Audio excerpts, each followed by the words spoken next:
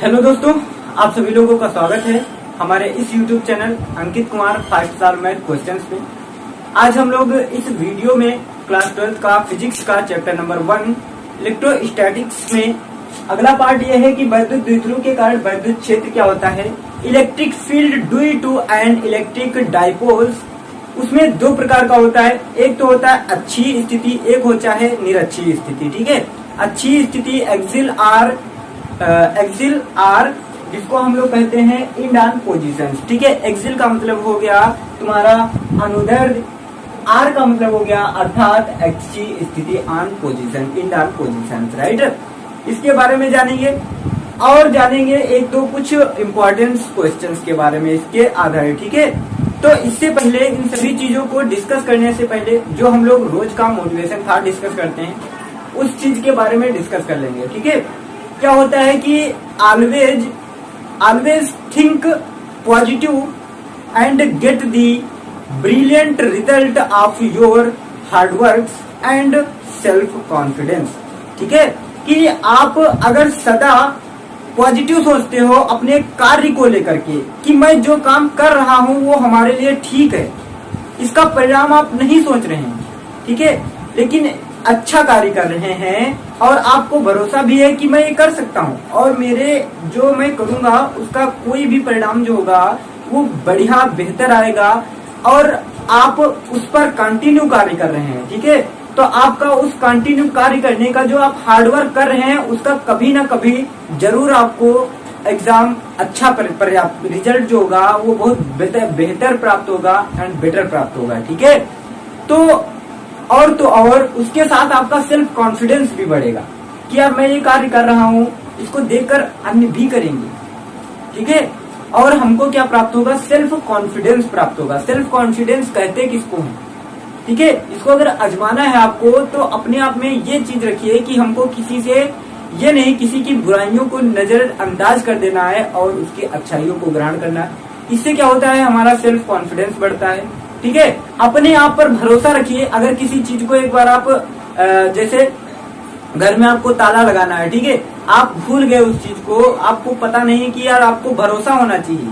अगर आपको भरोसा है कि हाँ मैंने ताला लगाया है, ठीक है, आपको याद है, आपको सेल्फ कॉन्फिडेंस उसको कहते हैं। ठीक है, ना कि हिचकिचाहट पैदा हो।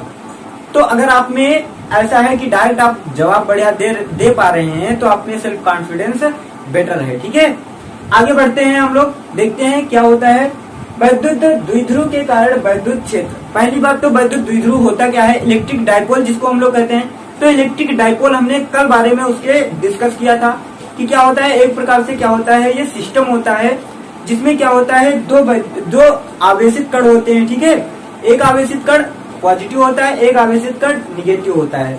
दोनों बहुत ही कम दूरी पर रखे होते हैं। इसी को सिस्टम को क्या कहते हैं, हम वैद्युत द्विध्रुव कहते थे। ठीक है, वैद्युत द्विध्रुव आघूर्ण के बारे में भी डिस्कशन हम लोग कर चुके हैं। अब हम डिस्कस करते हैं कि यार वैद्युत द्विध्रुव रखा हुआ है, लेकिन उसके अच्छी अथवा निरक्षी स्थिति पर अगर हम किसी भी बिंदु पर हमको वैद्युत क्षेत्र की तीव्रता को ज्ञात करना है, ठीक है, तो उसका फार्मूला क्या होता है। तो उस फार्मूले को ज्ञात करने के लिए सबसे पहले हम ये देखते हैं कि ये क्या है, एक हम वैद्युत द्विध्रुव बना लेते हैं। ठीक है, क्या बना लेते हैं, वैद्युत द्विध्रुव बना लेते हैं। ठीक है, यहाँ पे एक हम मान लेते हैं पॉइंट है, एक यहाँ पर है, यहाँ पे एक माइनस क्यू आवेश रखा हुआ है, यहाँ पे एक प्लस क्यू आवेश रखा हुआ है। ठीक है, एक कण ए है, इसको हम मान लेते हैं, इसको बी मान लेते हैं। राइट, इसका जो मिडिल पॉइंट है उसको क्या मान लेते हैं, ओ मान लेते हैं, और इनके बीच की दूरी जो है उसको एल और इधर की भी बीच की दूरी एल मान लेते हैं। राइट, इस चीज को हम मान लिया हमने। ठीक है, अब क्या होता है कि हमको इस बिंदु से ज्ञात करना है कहाँ पर दूरी, हमको इस यहाँ से इस जो मिडिल पॉइंट है, इस मिडिल पॉइंट से हमको यहाँ से ज्ञात करना है कोई एक बिंदु P है। ठीक है, क्या है, बिंदु P है, मान लेते हैं। P बिंदु पर क्या ज्ञात करना है, हमको वैद्युत क्षेत्र की तीव्रता ज्ञात करना है, क्योंकि ये अच्छी स्थिति में है। अच्छी स्थिति का मतलब क्या होता है कि उसी अक्ष पर होना चाहिए। एक्स अक्ष है तो एक्स अक्ष पर ही होना चाहिए। ठीक है, बिंदु, तो ये जो है ये अच्छी स्थिति पर ही है। देखो इसके अक्ष में ही है, इसके सीध में ही है, और कहाँ पर है बिंदु, बिंदु P पर स्थित है। यहाँ पर हमको क्या ज्ञात करना है, वैद्युत क्षेत्र की तीव्रता ज्ञात करना है। ठीक है, तो हम पहले तो यही मान लेते हैं कि क्या कि माना एक वैद्युत द्विध्रुव है जिसके बिंदु ए और बी दोनों पर क्या है, एक आवेशित कण रखा हुआ है, ठीक है। विपरीत प्रकृति के दो आवेशित कण रखे हुए हैं, दोनों के बीच की दूरी कितनी है, 2l है। अब हमको यहां से हमको r दूरी पर, यहां से कितनी दूरी ले लिया हमने, r ले लिया, ठीक है, r। इस दूरी को हम मान लेते हैं r इसके मिडिल पॉइंट से, ठीक है, इसके मिडिल पॉइंट से इसकी दूरी कितनी मान ली हमने, r मान ली है, ठीक है। तो ये दूरी कितनी हो गई, ये वाली अगर हम देखें तो कितनी होगी, r ये है, l ये है, तो दोनों को जोड़ेंगे तब तो पूरी दूरी निकलेगी, तो वो कितनी होगी, r प्लस l होगी, ठीक है। तो ये पूरी दूरी कितनी हो गई, r प्लस l हो गई, राइट, ठीक है। अब हमको अगर इतनी दूरी निकालना है तो पूरी कितनी है दूरी, r है, r से अगर हम इतने l को इसको घटा दें, ठीक है, तो हमको किसकी दूरी प्राप्त हो जाएगी, ये वाली दूरी। ये वाली दूरी को अगर हमको प्राप्त करना है तो ये कितनी हो जाएगी, r माइनस l हो जाएगी, ठीक है। इसमें क्या होगा, वैद्युत क्षेत्र की जो तीव्रता है वो किधर ज्ञात करनी है, वैद्युत क्षेत्र की तीव्रता इधर की ओर हमको क्या करना है, ज्ञात करना है, राइट। इस चीज को हमको यहाँ पे ज्ञात करके दिखाना है कि क्या होगी। इस बिंदु P पर अगर हमको ज्ञात करना है तो पहले हमको इस प्रोसेस को समझना चाहिए। अगर आपको फिगर समझ में आ रहा है तो आप क्वेश्चन चाहे जैसे भी प्रूफ करना है आप प्रूफ कर सकते हो, और बार बार इसी चीज को पढ़ने से बेटर है कि एक बार उसी चीज को पढ़ें और कभी भी ना भूलें उसको, ठीक है। तो पढ़ने का मेथड सही कर लेना चाहिए। तो वो क्या है कि हमने एक वैद्युत द्विध्रुव मान लिया, ठीक है, माना एक वैद्युत द्विध्रुव है जिस AB है, ठीक है, जिसके दोनों पॉइंट्स पर क्या होंगे, विपरीत प्रकृति के आवेश होगा। उसमें क्या है, मिडिल पॉइंट O मान लिया गया है, O से बिंदु P की दूरी जहां पे हमको क्या ज्ञात करना है, वैद्युत क्षेत्र की तीव्रता ज्ञात करना है, वहां से हम दूरी कितनी मान लेते हैं, r मान लेते हैं। और उन पूरी दूरी कितनी हो जाएगी, क्योंकि ये l थी, ये इतनी दूरी कितनी थी, l थी, और ये यहाँ से यहाँ तक की दूरी कितनी थी, r थी। तो r में अगर l जोड़ दे तो पूरी दूरी कितनी हो गई, r प्लस l हो गई, ठीक है। यहाँ देखिए, अगर हम यहाँ से इतनी दूरी को निकालना चाहें, ये इतनी दूरी को फाइंड करना चाहें तो हम कैसे फाइंड करेंगे, उसके लिए भी हमारे पास प्रोसेस ये है। उसके लिए प्रोसेस क्या है कि पूरी r है, r में से हमको l घटा दे तो ये दूरी प्राप्त हो जाएगी, तो r प्लस l हमको दूरी प्राप्त हो रही है, ठीक है, ठीक। ये चीज तुमको समझ में आ गई, ठीक। अब हम देखते क्या है कि वैद्युत द्विध्रुव में जो वैद्युत द्विध्रुव आघूर्ण हुआ करता था वो क्या होता है। तो सबसे पहले हम क्या लिख लेते हैं कि वैद्युत जिसको कहते हैं अनुदैर्ध्य अर्थात अच्छी स्थिति में वैद्युत क्षेत्र की तीव्रता हमको ज्ञात करनी है, ठीक है। क्या करेंगे कि माना एक वैद्युत द्विध्रुव, एक वैद्युत द्विध्रुव, ठीक है, माना एक वैद्युत द्विध्रुव A B है, ठीक है, माना एक वैद्युत द्विध्रुव A B है, ठीक है, माना एक वैद्युत द्विध्रुव A B है, ठीक है, माना एक वैद्युत द्विध्रुव A B है जिसका मध्य बिंदु क्या है, जिसका मध्य बिंदु O है, ठीक है, O है। और जो वैद्युत द्विध्रुव है उन दोनों द्विध्रुवों के जो आवेशित कण हैं, ठीक है, वैद्युत द्विध्रुव में जो स्थित आवेशित कण है, ठीक है, बिंदु A और B पर, बिंदु A और B पर विपरीत प्रकृति के दो आवेशित कण, ठीक है, दो आवेशित कण स्थित है, ठीक है, स्थित है। अब हमको ये चीज देखना है कि दो आवेशित कण तो यहाँ पे स्थिर हो गए, ठीक है। अब हमको ये चीज देखना है कि इस बिंदु से हमको बिंदु P, ठीक है, P बिंदु पर क्या ज्ञात करना है, वैद्युत द्विध्रुव से बिंदु P पर हमको क्या करना है, इस वैद्युत द्विध्रुव से द्विध्रुव के मध्य बिंदु से r दूरी पर स्थित बिंदु P पर वैद्युत क्षेत्र की तीव्रता ज्ञात करनी है, ठीक है, तीव्रता ज्ञात करनी है, ठीक है, ज्ञात करनी है। और देखते हैं क्या कि वैद्युत क्षेत्र की तीव्रता तो हमको इसके यहाँ पर ज्ञात करनी है। इस वैद्युत द्विध्रुव के जो बिंदु रखे हैं स्थित A और B के बीच की दूरी बिंदुओं ए और बी, ठीक है, बी के बीच की दूरी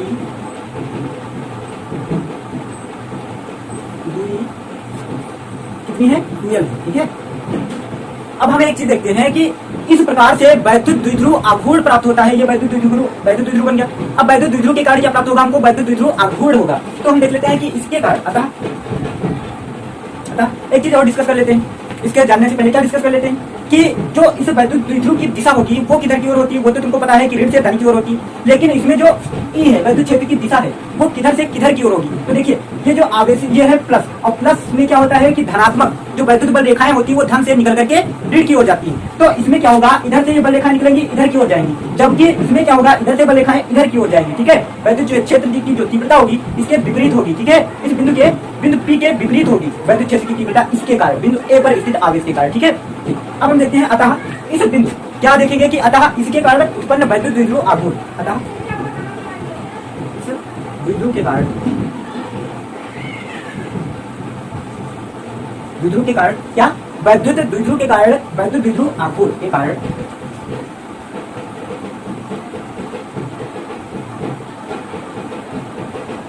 आघूर्ण। तो वैद्युत द्विध्रुव आघूर्ण जिसको हम लोग किसे प्रदर्शित करते थे, P से, तो P बराबर होता कितना था, 2QL प्रूफ किया था पीछे, याद करिए 2QL यही तो होता था। इसको हम लोग क्या मान लेते हैं, इक्वेशन नंबर फर्स्ट मान लेते हैं, ठीक है। ठीक, यहाँ तक समझ में आ गया, ठीक, यहाँ तक समझ में आ गया क्या कि इस द्विध्रुव के कारण वैद्युत द्विध्रुव आघूर्ण कितना होगा, P बराबर 2QL होगा, ठीक है। अब क्या होगा कि ये जो बिंदु P पर स्थित आवेश जो प्लस Q है, ठीक है, जो धनात्मक आवेश स्थित है, इस धनात्मक आवेश के कारण क्या होगा, बिंदु P पर वैद्युत क्षेत्र की तीव्रता निकाल लेते हैं, ठीक है।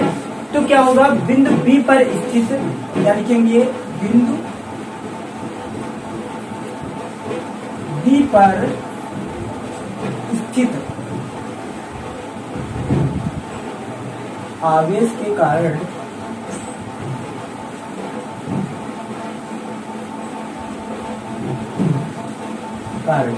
बिंदु, ठीक है, बिंदु P पर वैद्युत क्षेत्र की तीव्रता, बिंदु P पर वैद्युत क्षेत्र की तीव्रता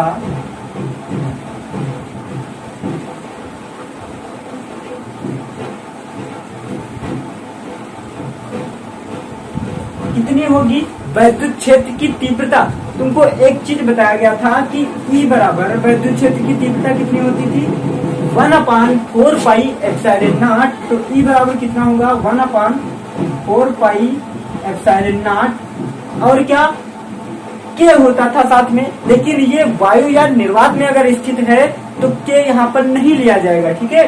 तो 1/4 पाई एप्सिलॉन नॉट हो गया, और क्या होता था, Q/R स्क्वायर होता था, ठीक है। तो Q/R स्क्वायर, तो Q ले लिया गया है, लेकिन R स्क्वायर, तो R का मतलब होता था दोनों बिंदुओं के बीच की दूरी। लेकिन यहाँ पर इस बिंदु से इस बिंदु के बीच की दूरी तो तुम सोच रहे होगे ये है कि R-L है, बिल्कुल सही, आप भी सोच रहे हो। तो R-L का होल स्क्वायर होना चाहिए, ठीक है, R-L का होल स्क्वायर होना चाहिए, ठीक है। ये क्या हो गई, बिंदु E1 इसको मान लेते हैं, इसको इक्वेशन नंबर हम सेकेंड दे देते हैं, ठीक है। बिंदु P पर स्थित आवेश के कारण बिंदु P पर वैद्युत क्षेत्र की तीव्रता कितनी निकल कर आ गई, 1/4 पाई एप्सिलॉन नॉट Q/R-L का होल स्क्वायर, ठीक है। अब हम देख लेते हैं कि बिंदु P पर जो इसकी अच्छा दिशा क्या होगी। दिशा अगर हम बात करें तो इसकी दिशा किधर से किधर की ओर होगी, इसकी दिशा, क्योंकि धनात्मक आवेश है तो धन से निकल करके ऋण की ओर जाती है, मतलब इसकी दिशा इधर से इधर की ओर होगी, ठीक है।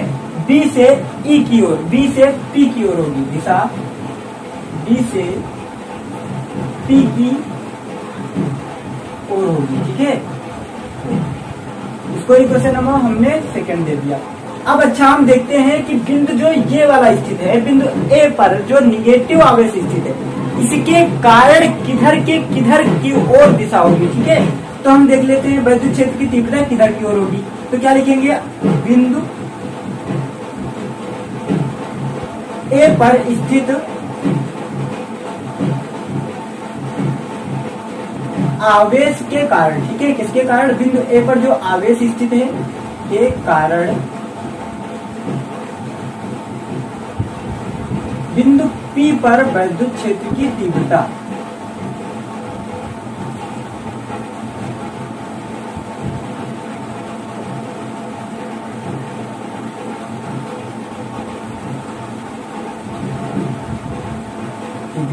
अब हम देखेंगे कि इस बिंदु पर जो आवेश स्थित था, इस बिंदु के कारण अगर हम यहाँ पे वैद्युत क्षेत्र की तीव्रता निकालें तो वो कितनी होगी, ठीक है, तो वो कितनी होनी चाहिए इस बारे में डिस्कस करें, ठीक है, तो वो कितनी होगी वैद्युत क्षेत्र की तीव्रता, जिसको हम लोग क्या कह देते हैं, E2 मान लेते हैं।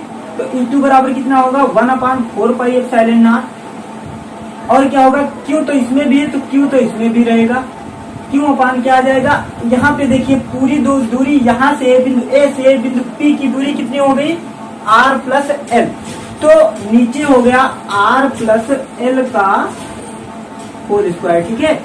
इसकी दिशा जो अगर हम बात करें तो दिशा किधर से किधर की ओर होगी, दिशा ये देखिए, क्योंकि ये धन से ऋण की ओर वैद्युत क्षेत्र की तीव्रता होगी, तो किधर से किधर की ओर होती है, धन से ऋण की ओर होती है, इसलिए यहाँ पे जो वैद्युत क्षेत्र की P से A की ओर होगी, इसकी जो दिशा होगी किधर से P से A की ओर होगी, ठीक है, और होगी, राइट। इसको इक्वेशन नंबर हम कौन सा दे देते हैं, सेकंड दे देते हैं। इक्वेशन नंबर कितना दे दिया हमने, सेकंड दे दिया, ठीक है। अब हम देखते हैं कि ये इक्वेशन नंबर फर्स्ट हो गया, ये इक्वेशन नंबर सेकंड हो गया। अब यार बिंदु दोनों के कारण दोनों वहां पर जाकर के क्या मिल रहे हैं, तो दोनों मिलेंगे जब तो एक क्या बना लेंगे, संगठन बना लेंगे। संगठन का मतलब हो गया परिमाण, जो परिणामी हो गया, परिणामी वैद्युत क्षेत्र की तीव्रता जो बिंदु P पर प्राप्त होगी वो कितनी होगी। अतः अब हम क्या देखेंगे, अतः ठीक है, अतः दोनों के कारण, दोनों ठीक है, वैद्युत क्षेत्र की तीव्रताओं के कारण, वैद्युत क्षेत्र की तीव्रताओं के कारण बिंदु P पर वैद्युत क्षेत्र की तीव्रता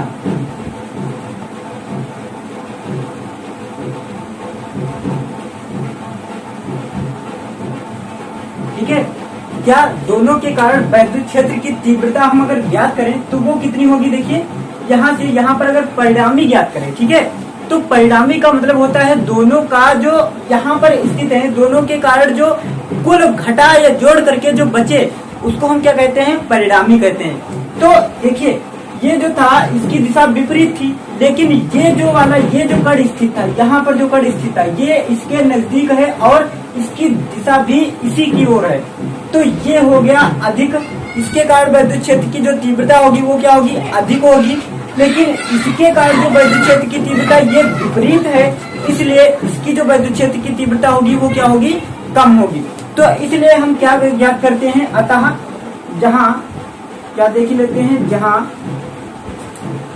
E1 क्या है, जहाँ E1 बड़ा है किससे, E2 से, ठीक है, E1 क्या है, E2 से बड़ा है, तो इसके लिए अतः बड़ा है, इसलिए क्या होना चाहिए, जो परिणामी वैद्युत क्षेत्र की तीव्रता निकल कर आएगी वो क्या होगी, E बराबर क्या हम देखते हैं कि दोनों के घटाने पर प्राप्त होगी, ठीक है। दोनों को जो हम घटाएंगे, किसको, बड़े से छोटे को घटाएंगे, मतलब क्या हुआ, E1 से E2 को घटाएंगे, क्योंकि E1 बड़ा है E2 छोटा है, तो E1 से E2 घटाएंगे मतलब कि E1 माइनस E2, ये क्या प्राप्त हुई, वैद्युत क्षेत्र की तीव्रता प्राप्त हो गई, ठीक है। अब हम देखते हैं कि E बराबर E1 कितना था 1/4πε0, इन दोनों का मान रख देते हैं, ठीक है। क्या लिखेंगे, समीकरण 2 व 3 का मान रखने पर, ठीक है, अच्छा, अब ये दोनों समीकरण जो निकल के आए हैं, इन दोनों का हम मान किसमें रख दें, इसमें रख दें। तो इसमें जब हम मान रखेंगे तो कितना, E1 बराबर कितना आया था, ये आया था, E2 बराबर इतना ये आया था, ठीक है। तो इनको दोनों का हम मान रख देते हैं। तो इसमें जब रखेंगे तो 1/4 पाई एप्सिलॉन नॉट, और ऊपर आ गया क्यू, ये इतना हो गया कॉमन। कॉमन मिल रहा है या नहीं मिल रहा है, ये पहले हमको बताइए। मिल रहा है, देखिए दोनों में ये चीज सेम है या नहीं है, क्यू भी ऊपर क्यू भी ऊपर, तो दोनों में हम ये इतना कॉमन ले लेते हैं, ठीक है। इतना क्या लेते हैं हम, कॉमन ले लेते हैं। अब क्या बचेगा इसमें, ठीक है, इतना अब हम कॉमन ले लेंगे तो क्या बचेगा, देखिए क्यू अपान ऊपर बचेगा 1/r माइनस एल का होल स्क्वायर। तो 1/r माइनस एल का होल स्क्वायर माइनस क्या करना है, क्यू, मतलब कि 1/r प्लस एल का whole square, r plus L का होल स्क्वायर, ठीक है। ये बचा हमारा। अब ये बचा है तो इसके आगे अगर हम इसको हल करें तो क्या आएगा, देखिए। तो ये इसको अगर हम आगे हल करेंगे तो यहाँ पे निकल के आएगा E बराबर Q/4 पाई एप्सिलॉन नॉट। इसको हम वैसे ही लिख लेते हैं, Q/4 पाई एप्सिलॉन नॉट। देखिए इसको जब हर बराबर करेंगे दोनों के तो ये ऊपर चला जाएगा, ये इधर चला जाएगा, तो ये हो जाएगा r प्लस एल का whole square minus r minus L का whole square upon r minus L का whole square, r minus L का whole square, r plus L का होल स्क्वायर, ठीक है। ये इतना सिस्टम इसमें बचा। अब एक चीज देखो, जब इसको आप हल करोगे तो इसको जब ब्रैकेट खोलोगे तो इसका मान जो होता है वो कितना होता है, कितना होता है आप लोगों को पता होना चाहिए। वो मान कितना आएगा, Q/4 pi epsilon not, r plus इसमें कितना बचेगा, खाली 4rl बचेगा, 4rl बचा। नीचे क्या बचेगा, देखिए ये था r माइनस एल का होल स्क्वायर, ये था r प्लस एल का होल स्क्वायर। तो इसको हम नहीं लिख सकते हैं कि r माइनस एल और r प्लस एल का होल स्क्वायर, ठीक है, ये लिख सकते हैं ऐसे, ठीक। अब इसको और आगे हम हल करते हैं तो क्या आएगा, देखिए E बराबर Q/4 pi epsilon not 4rl, इसको हम लिख सकते हैं 2rl, अभी ना लिखे तो ऐसे ही पढ़ा रहेंगे, 4rl अपान, देखिए ये लिखा है a minus b a plus b, तो a minus b a plus b बराबर क्या होता है, a square minus b square, मतलब क्या हुआ, r square minus l square, ठीक है। तो r square minus l square का होल स्क्वायर हो गया, ठीक है। यहाँ पे लिख दें क्या, क्योंकि a प्लस बी और a माइनस बी बराबर क्या होता है, a square minus b square, ठीक है। ये यहाँ पर हमने लिख दिया। अब आगे हम लोग देखते हैं क्या, इसके आगे इतना नोट करिए। अब हम लोग आगे बढ़ते हैं, ठीक है। इसका स्क्रीनशॉट जल्दी से लीजिए। अब देखिए आगे क्या होगा कि E बराबर इतना निकल करके आ गया। अब देखो E बराबर, इसको अगर हम और हल करें तो यहाँ दिख रहा है, ठीक है दिख रहा है। तो E बराबर कितना आएगा, ये Q/4 पाई एप्सिलॉन नॉट तो आएगा ही, साथ में क्या आ जाएगा, 4 पाई एप्सिलॉन नॉट आ गया। देखिए 4rl ऐसे ही पढ़ा रहने देते हैं, 4rl अपान ये देखिए r square minus l square का होल स्क्वायर हो गया।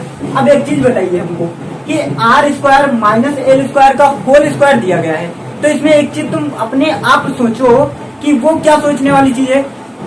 वो ये सोचने वाली चीज है कि अगर वैद्युत द्विध्रुव बहुत छोटा सा है, क्या बहुत छोटा सा है, वरना आपका क्वेश्चन जो हो गया यहीं पे आ गया है आंसर, ठीक है। अब हमको एक चीज और देखनी है, वो क्या है कि अगर वैद्युत द्विध्रुव अति सूक्ष्म है, और वैद्युत द्विध्रुव वैसे भी सूक्ष्म होता है, ठीक है।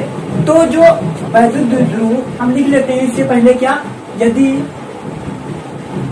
वैद्युत द्विध्रुव